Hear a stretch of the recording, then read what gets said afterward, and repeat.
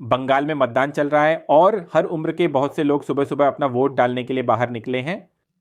कुछ बेशक शायद जेनजी, कुछ जेनजी नहीं लेकिन युवा भी हैं, अपनी 30 की उम्र में हैं।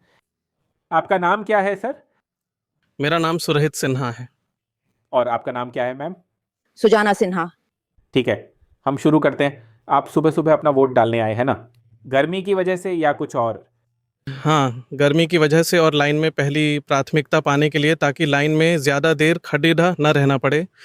ठीक है, और आप? मैं भी वही सिर्फ गर्मी के लिए। गर्मी की वजह से। सर मुझे एक बात बताइए, मतलब आप एक युवा व्यक्ति हैं, मैं आपसे किसी भी पार्टी के बारे में नहीं पूछूंगा क्योंकि हम ये नहीं जानना चाहते हैं, लेकिन इस इलेक्शन में जैसे सबसे बड़ा मुद्दा क्या रहा है?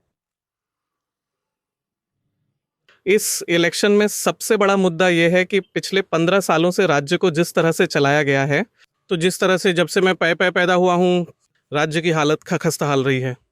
कोई अच्छा प्रशासन नहीं है जो हमने देखा है पिछले कुछ दशकों से। तो इस बार हम बदलाव चाहते हैं, हमें उम्मीद है बदलाव आ रहा है। ठीक है, बस इतना ही। तो जब आप बदलाव कहते हैं और आप हुए अभियानों को देखते हैं, तो क्या आपको लगता है कि आप जैसा भी बदलाव चाहते हैं वो वही बदलाव है जिसके लिए राजनीतिक दलों ने भी प्रचार किया है?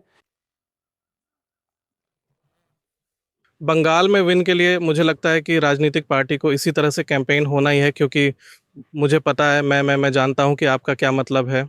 लेकिन जिसके लिए राजनीतिक पार्टी प्रचार कर रहे हैं वह है, मुझे लगता है कि बंगाल को विन करने का यही सही तरीका है, क्योंकि बंगाल के इलेक्शन आप सिर्फ बहुत छोटी छोटी बातें बताकर विन नहीं कर सकते। ठीक है, आपको मजबूती से। ठीक है मैम, आपकी क्या राय है? एक युवा व्यक्ति के तौर पर आपका सबसे बड़ा मुद्दा क्या रहा है? सबसे बड़ा मुद्दा सुरक्षा।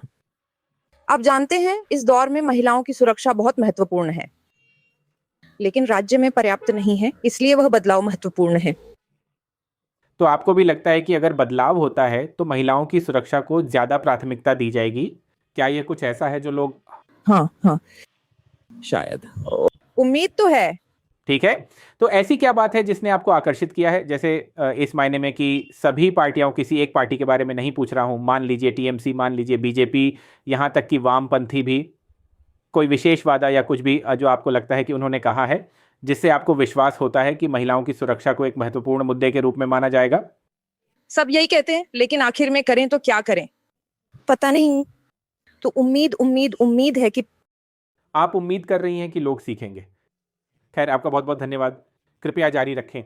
तो मुझे लगता है कि सुरक्षा और यह तथ्य कि बदलाव, ये दो चर्चित शब्द हैं यहाँ के इन युवा लोगों से बहरामपुर में एक मतदान केंद्र के बाहर